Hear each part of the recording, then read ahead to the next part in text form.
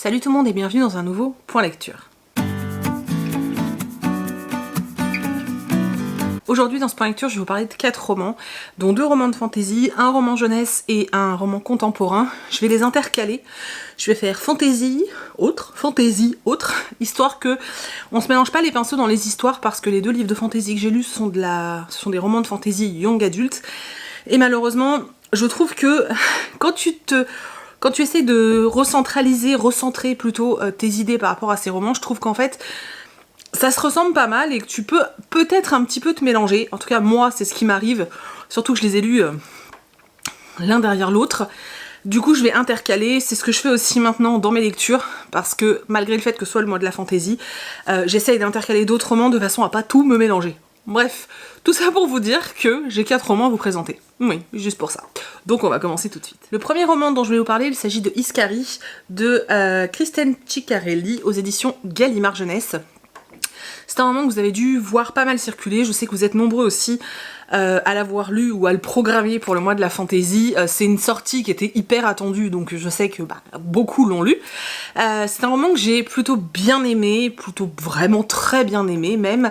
C'est de la fantasy young adulte donc, où il est question de dragons. Et ce qui m'a fait marrer dans ce roman, entre guillemets, hein, c'est que en fait j'ai trouvé qu'il y avait beaucoup de similitudes avec le dessin animé Dragon qui est tiré du livre How to Train a Dragon.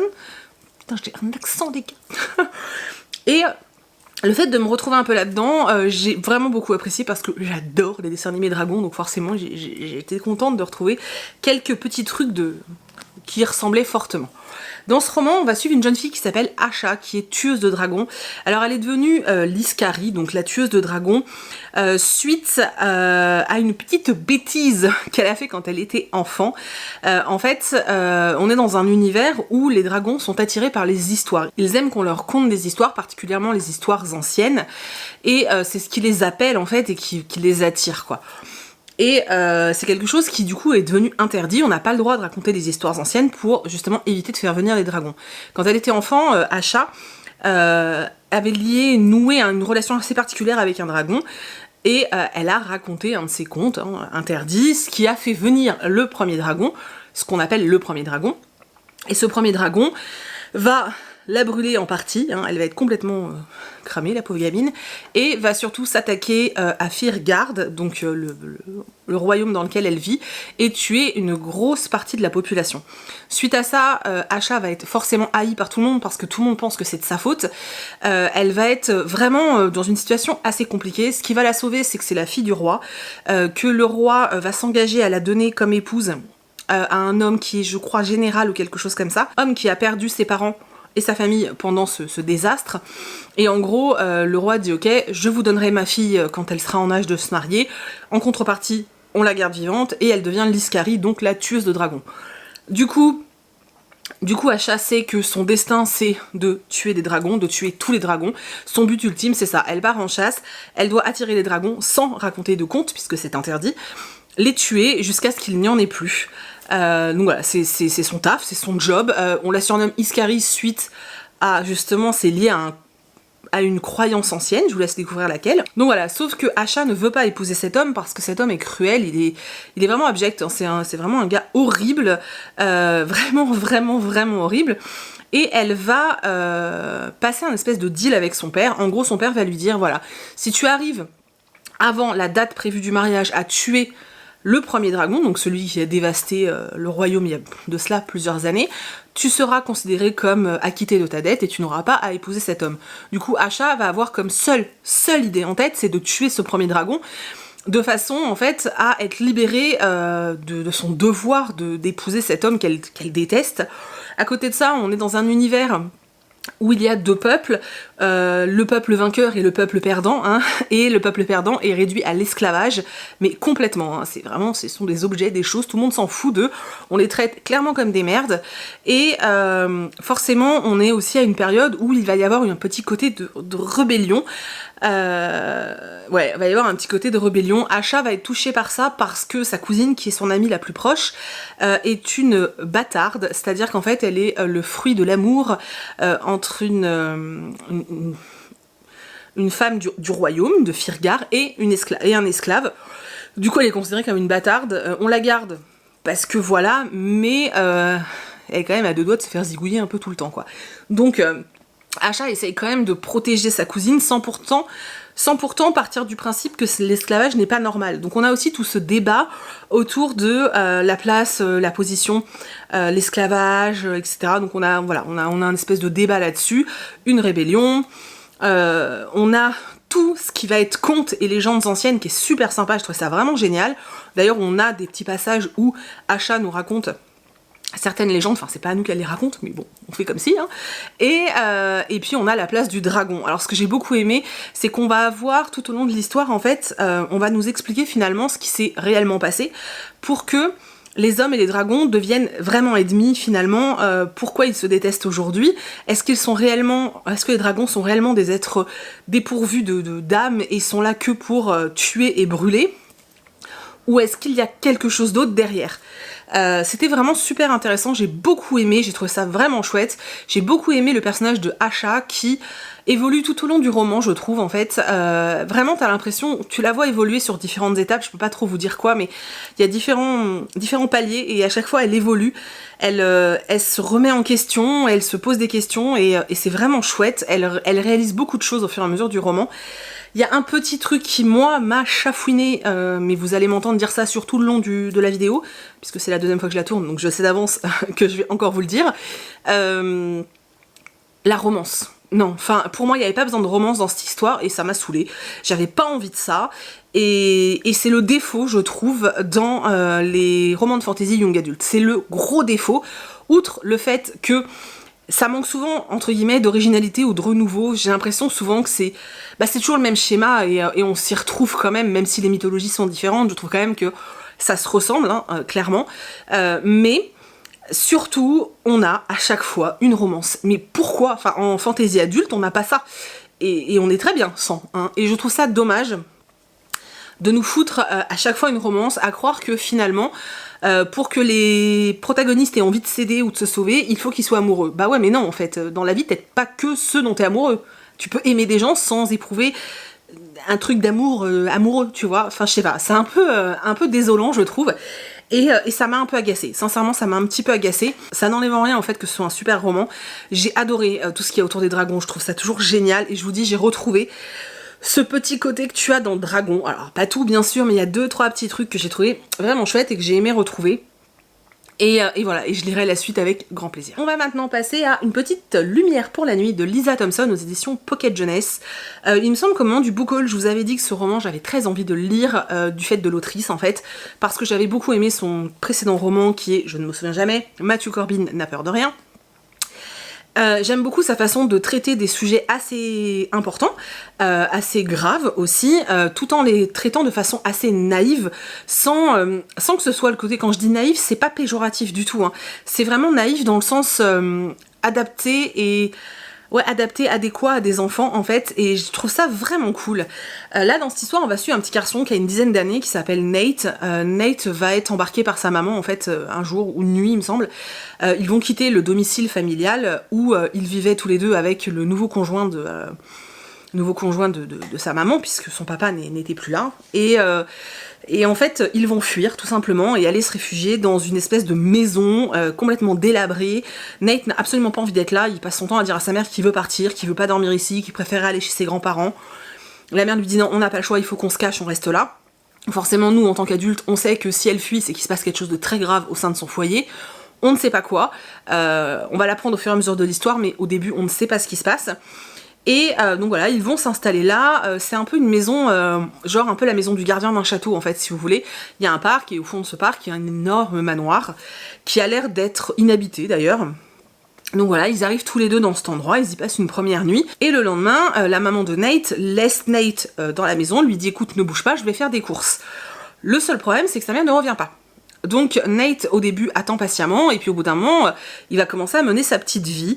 Il va en allant dans le parc rencontrer une jeune fille qui prétend vivre dans le château en fait qui est dans le jardin là dont je vous parlais au début. Petite fille qui va lui proposer en fait, enfin qui va lui demander plutôt de l'aider pour une chasse au trésor qui en fait est une très vieille chasse au trésor qui occupait les anciens propriétaires ou les anciens occupants du château, qui n'a jamais été terminé. En gros, il reste un trésor à trouver, donc elle va demander à Nate de l'aider. Ce que Nate va finir par accepter de faire, donc ils vont mener leur petite enquête là pour résoudre cette petite chasse au trésor. Et en parallèle de ça, Nate va voir réapparaître son ami imaginaire, donc ami imaginaire qu'il avait quand il était plus petit, qui était donc parti puisque Nate n'avait plus besoin de lui, sauf que là il réapparaît. Donc au moment où il réapparaît, Nate se rend compte que ce n'est qu'un ami imaginaire, il le sait, et il se dit que s'il réapparaît à ce moment précis de sa vie, c'est qu'il y a un truc en fait, il y a un truc important. Et on va avoir une espèce de petite histoire, petite mythologie concernant les amis imaginaires, leur place, ce qu'ils deviennent une fois que les enfants n'ont plus besoin d'eux, etc. C'était assez sympa. Et voilà, donc Nate va mener son petit bout de chemin pendant que sa mère a disparu, hein, tout simplement. Il sait pas du tout ce qui est arrivé à sa maman. Et au fur et à mesure aussi de l'histoire, on a des petites brèves d'histoire de ce qui s'est passé pendant qu'ils vivaient dans leur ancienne maison avec le compagnon de sa maman. J'ai trouvé ça plutôt sympa, ça traite de sujets assez importants, mais de façon assez légère, entre guillemets, et j'ai trouvé ça vraiment cool. C'est un roman que j'ai beaucoup aimé, que j'ai trouvé simple, parce que c'est destiné à un public très jeune, mais en même temps, il est plutôt bien foutu. On est dans la peau de cet enfant qui essaie de se dépatouiller comme il peut, qui essaie de comprendre où est sa maman, et qui revit un petit peu son passé, et on revit son histoire avec lui. Donc voilà, c'est un roman que j'ai beaucoup aimé, et si les sujets vous intéressent, que je peux vous recommander avec plaisir. Je vais maintenant vous parler de 200 et de rage de Tomie Adeyemi aux éditions Nathan. C'est aussi un roman que vous avez dû voir pas mal circulé parce que beaucoup de gens l'ont reçu. J'avoue que je pensais pas le lire aussitôt, mais en fait, après avoir fini Iskari, j'avais très envie de rester dans des univers young adult fantasy, et j'avoue que celui-ci m'interpellait plutôt pas mal, vu que j'avais déjà lu 100 pages en anglais. En fait, je m'étais dit, voilà, tu sais à peu près dans quoi tu te lances, tu sais que ça va te plaire, vas-y. J'ai eu raison parce que j'ai passé un excellent moment de lecture. Faut pas du tout avoir peur du fait qu'il fasse, je crois, presque 550 pages, parce que sincèrement, tu les vois pas passer, ça se lit extrêmement bien. C'est vraiment super agréable comme lecture et tu vois pas le temps passer. Dans ce livre, il va être question de magie. On vit dans un monde où la magie n'existe plus en fait. Elle a été proscrite, elle a été bannie par un roi qui en avait très très peur. Donc il a fait en sorte que la magie n'existe plus. Et il a fait en sorte que les personnes qui étaient censées naître avec de la magie, donc on peut reconnaître physiquement parce qu'ils ont les cheveux blancs, il a fait en sorte que ces personnes-là soient traitées comme des sous-merdes, hein, clairement. Voilà, ce sont un peu les parias de la société, un petit peu des monstres, j'ai envie de dire. Et ils vont eux aussi un petit peu servir d'esclaves à tous les autres. Toutes les cités sont dominées en fait par l'armée de ce roi qui donc a banni la magie. Et nous on va suivre une jeune fille qui s'appelle Zélie, qui est reconnaissable parce que justement elle fait partie des magies. Donc on appelle les magies ceux qui étaient destinés à avoir des pouvoirs. Et on le sait parce qu'elle a les cheveux blancs. Alors dans cet univers on est en Afrique, donc c'est la petite touche d'originalité, hein, puisqu'on est dans un univers de fantasy en Afrique, avec des personnages qui sont noirs, et c'est pas, ce que j'ai apprécié, c'est que c'est pas répété constamment, ça c'est plutôt cool. Bref, donc on sait que Zélie aurait dû avoir des pouvoirs magiques, qu'elle n'a pas, hein, vu que la magie n'existe plus. Elle vit désormais seule avec son papa qui est malade, et son grand frère qui se prépare à un tournoi, et elle, en fait, elle vit avec les autres qui étaient des magies aussi, et qui sont traités comme un peu du caca, hein, clairement. Le problème de Zélie, c'est qu'elle a du mal à obéir, hein. Elle a vraiment beaucoup de mal à obéir, et un jour où elle va aller à Lagos, je crois que c'est ça, elle se rend à Lagos avec son frère pour vendre un poisson très, très rare, parce que avec son père, en fait, ils doivent payer le droit de protection à l'armée. Il faut absolument qu'ils fassent rentrer de l'argent de façon assez urgente. Ils vont se rendre là-bas, dans un marché, pour vendre ce poisson. Sauf que tout ne va pas se passer comme c'était prévu, puisqu'une jeune fille, qui apparemment est en train de fuir, va demander à Zélie de l'aider. Zélie va réfléchir un quart de seconde et va décider de l'aider. Hein. Clairement, elle sait qu'elle risque sa vie, parce que c'est une magie. Donc en fait, dès que elle fait le moindre truc, elle peut se faire zigouiller, donc là autant vous dire qu'elle se met encore plus en danger, sauf qu'elle va quand même se décider à aider cette jeune fille, et voilà, ils vont rester tous les trois, Zélie, son frère et cette jeune fille. Je ne vous dis pas qui elle est parce que voilà, j'ai envie de vous laisser la petite surprise.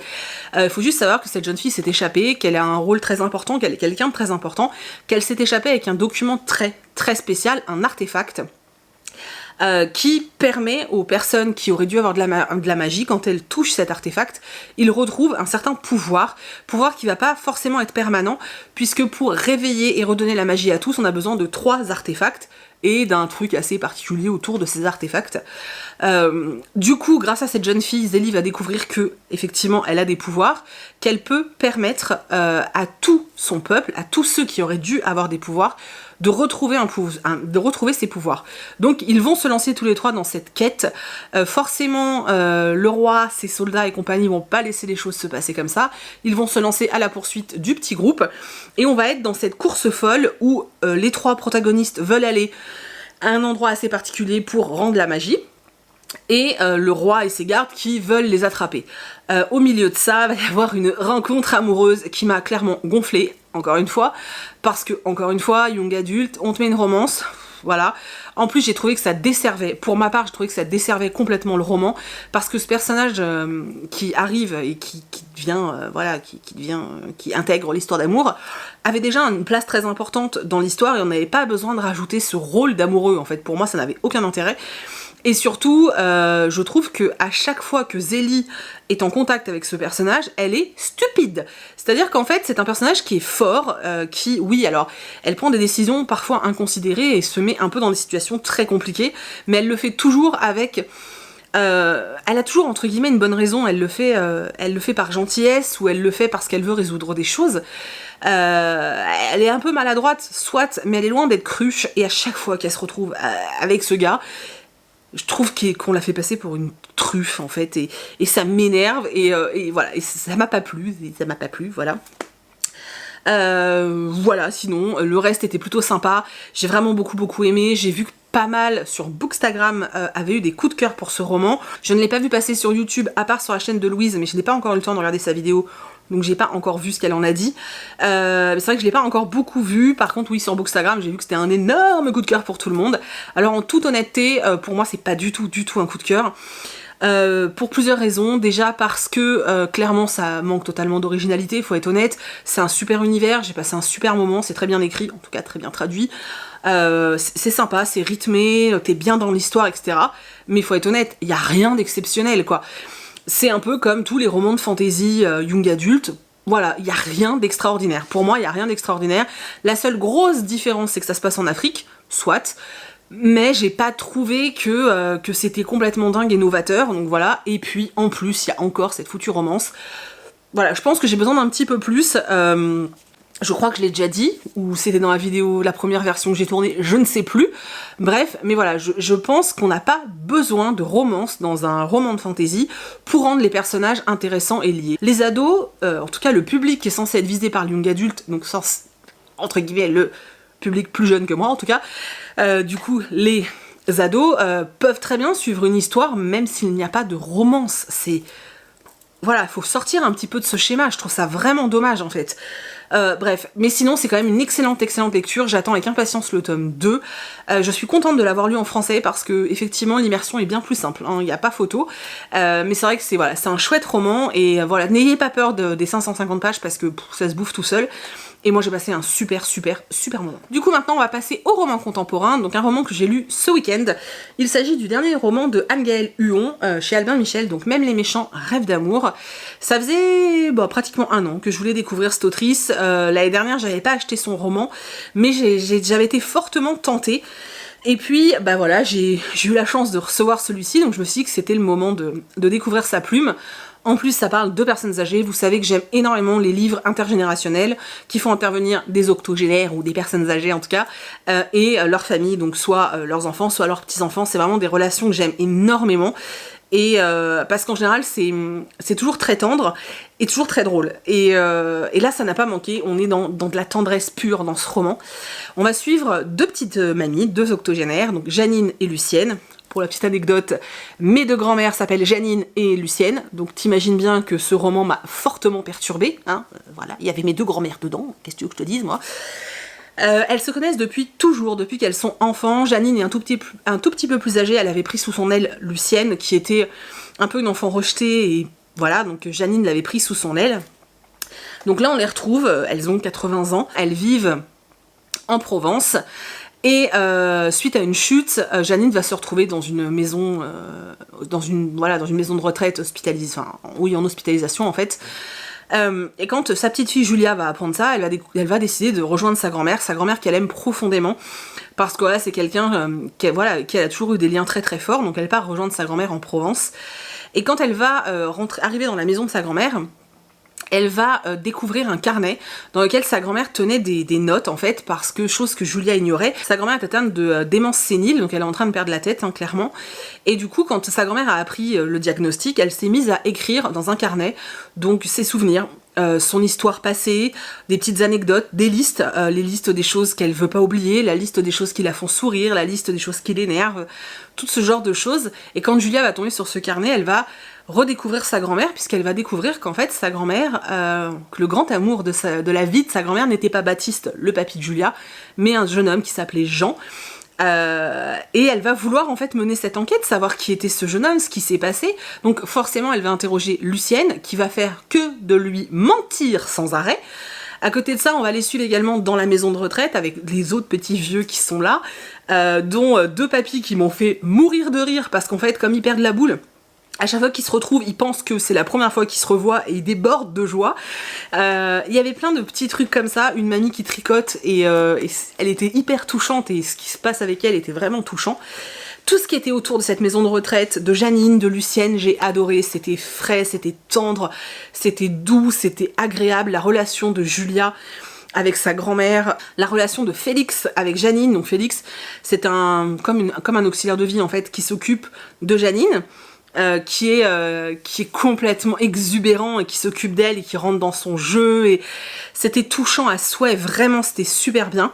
Mais il y a un petit hic pour moi dans ce livre, c'est l'autre partie, parce que Julia du coup revient dans ce village de Provence où elle va retrouver les amis de sa grand-mère, etc., et où elle va rencontrer un homme qui n'est pas forcément aimé parce qu'il a un champ des truffes en fait, une truffière. Et en fait, on sait tous hein, que la truffe ça crée un petit peu la guéguerre, et en fait il est pas du tout aimé parce que tout le monde pense qu'il est venu là pour exploiter la terre, qu'il n'est pas un enfant du pays, et du coup il est vraiment détesté de tout le monde. Alors il y a plein de secrets hein, autour de tous ces personnages, donc on en apprend beaucoup plus après, et forcément Julia et ce jeune homme, je vous donne dans le mille, voilà, vous avez compris.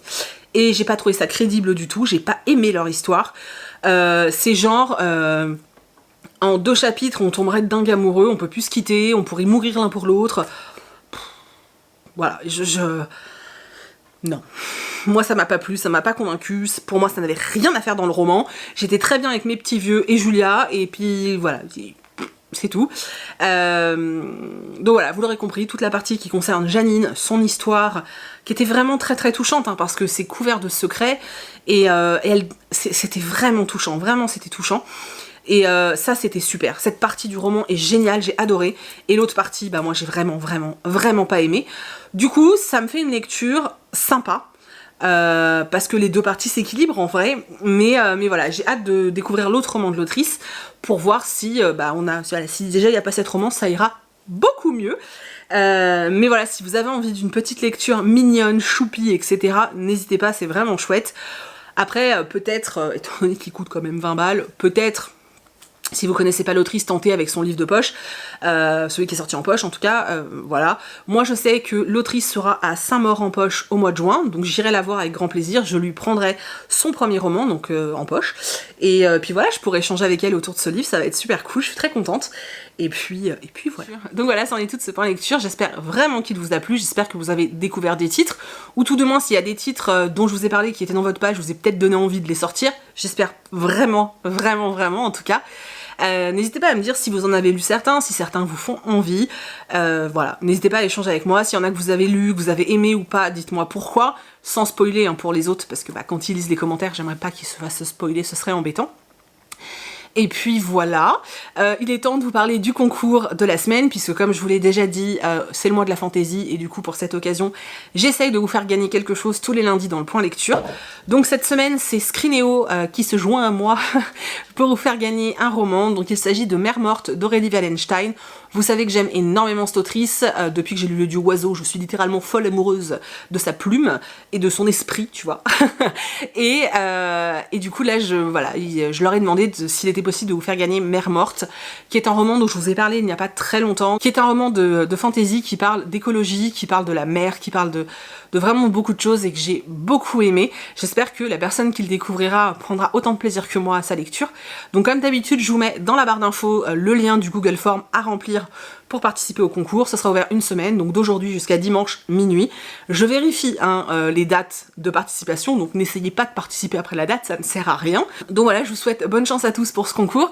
En ce qui concerne le concours de la semaine dernière, donc le Serment de l'orage de Gabriel Katz, le tirage au sort a déjà été fait, le mail a été envoyé à la gagnante qui m'a déjà répondu, donc j'ai ses coordonnées, j'ai tout, donc si vous n'êtes pas cette personne, et ben je suis désolée pour vous. Vous n'aurez plus qu'à emprunter le roman à la bibliothèque.